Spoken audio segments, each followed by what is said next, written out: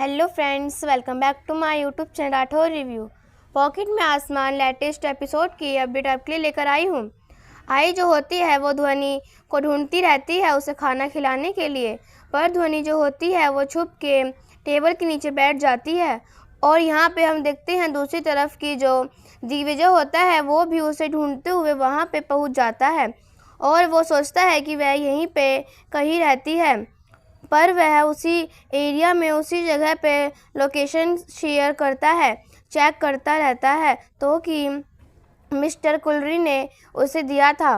और यहाँ पे हम देखते हैं कि तभी जो आई होती है वो उसे जैसे ही मिलती है उसे पूछती है कि क्या हुआ, तू आज इतना गुस्से में क्यों है बेटा। तो वो बोलती है कि आज मैं गुस्सा हूँ बहुत तेज़ से, माता रानी से ने मुझे बोला था कि आज हम नए फ्रेंड्स बनाएंगे और नए नए टॉयज़ के साथ खेलेंगे भी, हमें बहुत गेम भी खेलेंगे, पर आज नहीं खेलने दिया उन्होंने और मुझ पे गुस्सा भी किया और फिर इस वजह से वो उससे बहुत गुस्सा रहती है। तभी दूसरी तरफ हम देखते हैं कि दिग्विजय जो होता है वो वहाँ पहुँच जाता है तो एक डोर नॉक करता है। तभी वो जैसे ही डोर ओपन होता है तो वो किसी और का एड्रेस रहता है, क्योंकि रुद्रानी ने जो कि रानी होती है उसने एक भी अपना भी फॉर्म नहीं भरा होता रजिस्ट्रेशन के लिए, जिसकी वजह से वो उसे वहाँ पे नहीं मिल पाती। और यहाँ पे हम देखते हैं कि यह देख के फिर जो दिग्विजय होता है वो उसे पूछता है कि क्या यह आपकी कोई दूसरी बेटी भी है।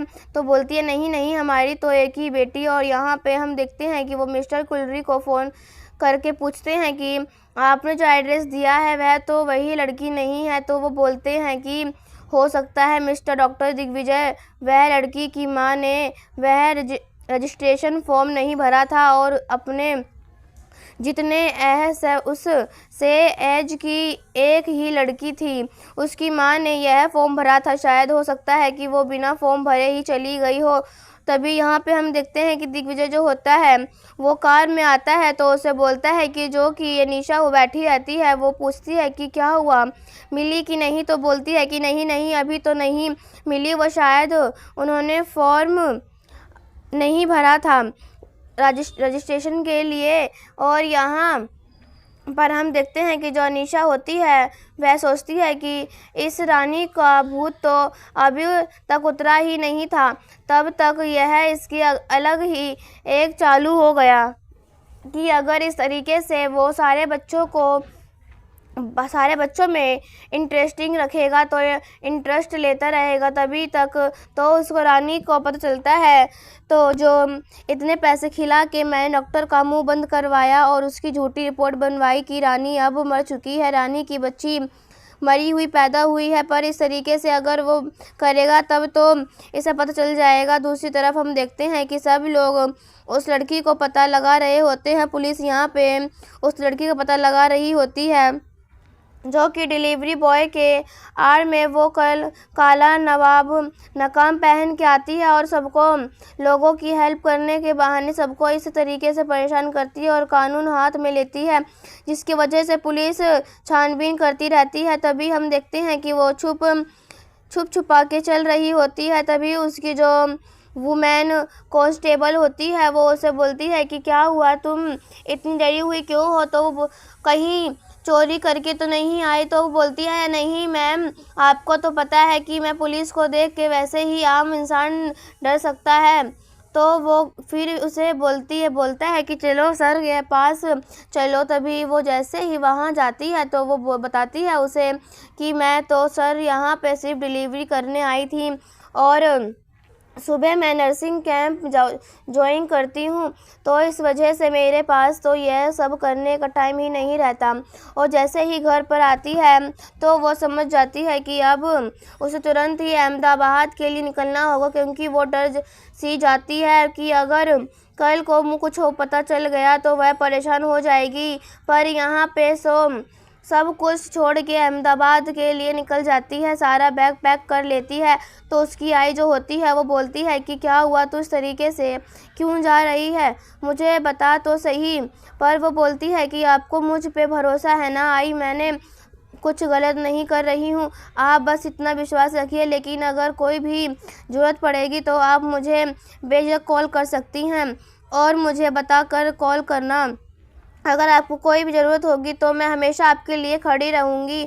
तभी यहाँ पे वो आई कि इस तरीके से बोल के और उन्हें फिर ध्वनि की कसम दे के वहाँ चली जाती है। और यहाँ दूसरी तरफ हम देखते हैं कि जितरोड़ी होती है, वो मिठाई बांटती रहती है सबको खुशी के मारे, क्योंकि उसका प्रमोशन हो चुका होता है।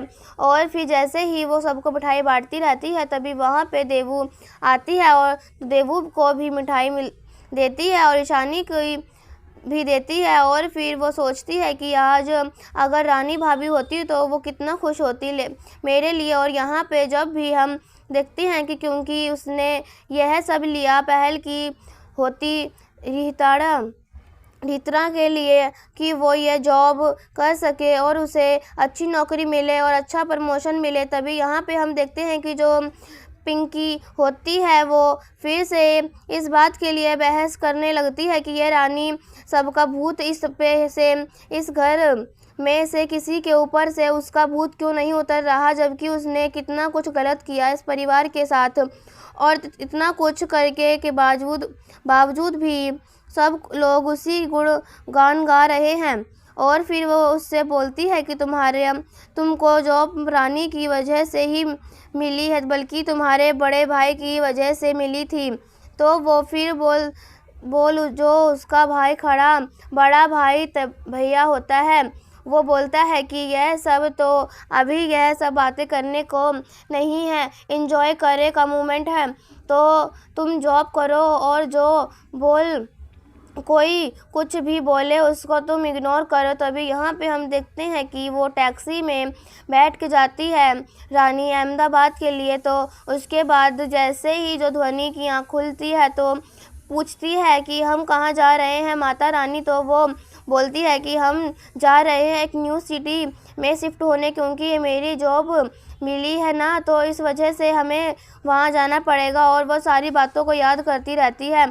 तो फिर वो जब पूछती है कि आई कहाँ पे है, तो बोलती है कि आई भी कभी हम नए गए हैं तो वहाँ सेटल्ड हो जाएंगे, फिर हम चले जाएंगे, आई को भी बुला लेंगे।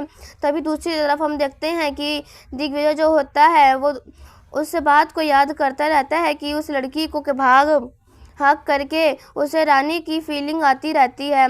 और यहाँ पे हम देखते हैं कि वो अपनी फ्रेंड के घर पे जाती है और फिर उसे बोलती है यार थैंक यू, जैसे तुमने मेरी हेल्प कर दी और जैसे ही मेरे को जॉब मिली जाएगी और सब कुछ हो जाएगा तो मैं यहाँ से शिफ्ट कहीं और हो जाऊँगी, तुम्हें परेशान नहीं करूँगी।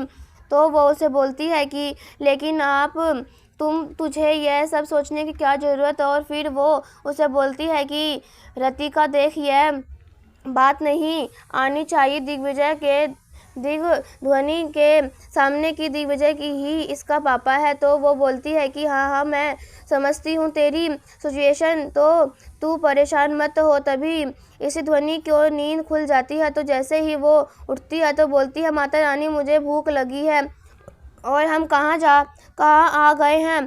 तो बोलती है कि हमने तुम्हें बताया था ना कि हम रितिका मासी के घर आ रहे हैं।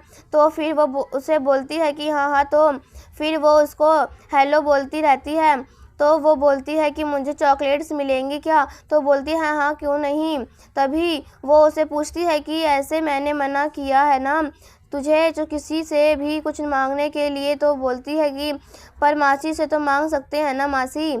और फिर उसे वो बोलती है कि हाँ। फिर वो रितिका जो होती है वो उसे बोलती है कि इसकी हाजिर जवाबी देख के कोई भी यह बोल सकता है कि ये तेरी बेटी ही है। और यहाँ पे हम देखते हैं कि जैसे ही वो रितिका के कोट को देखती है, सफ़ेद कोट को, तो वो उसे बहुत खुश हो जाती है और वो उसको सारी बात याद आती रहती हैं कि वो डॉक्टर बनने के लिए कितने पेशेंट रहती थी और कितना खुश रहती थी। और यह सब देख के वो खुश इमोशनल हो जाती है। तभी वहाँ पे ध्वनि आती है और वो उससे पूछती है कि क्या हुआ, तुमने कुछ आप क्यों नहीं इतनी सैटी हो गई मम्मा। तो वो बोलती है कि कुछ नहीं, बस ऐसे ही, और तुम्हें जल्दी जल्दी फ्रेश होना है ना, जल्दी से चलो रेडी हो जाओ। और यहाँ पे हम देखते हैं कि जो दिग्विजय होता है वह काम करता रहता है। तभी अनीशा जो होती है वह आती है उससे, और वो बोलती है कि वो जो 4 नर्सें हैं आने वाली थी ना मुंबई से, तो वो आ चुकी हैं। तो बोलती है कि अच्छा ठीक है, तो उस चीज़ को अच्छे से डेट केयर करना और सबका बैकग्राउंड अच्छे से चेक करना। तभी यहाँ पे वो उसे याद दिलाती है कि तुमने जो 7 दिन का समय मांगा था वो पूरा हो गया है, तो तुमने क्या डिसीज़न लिया।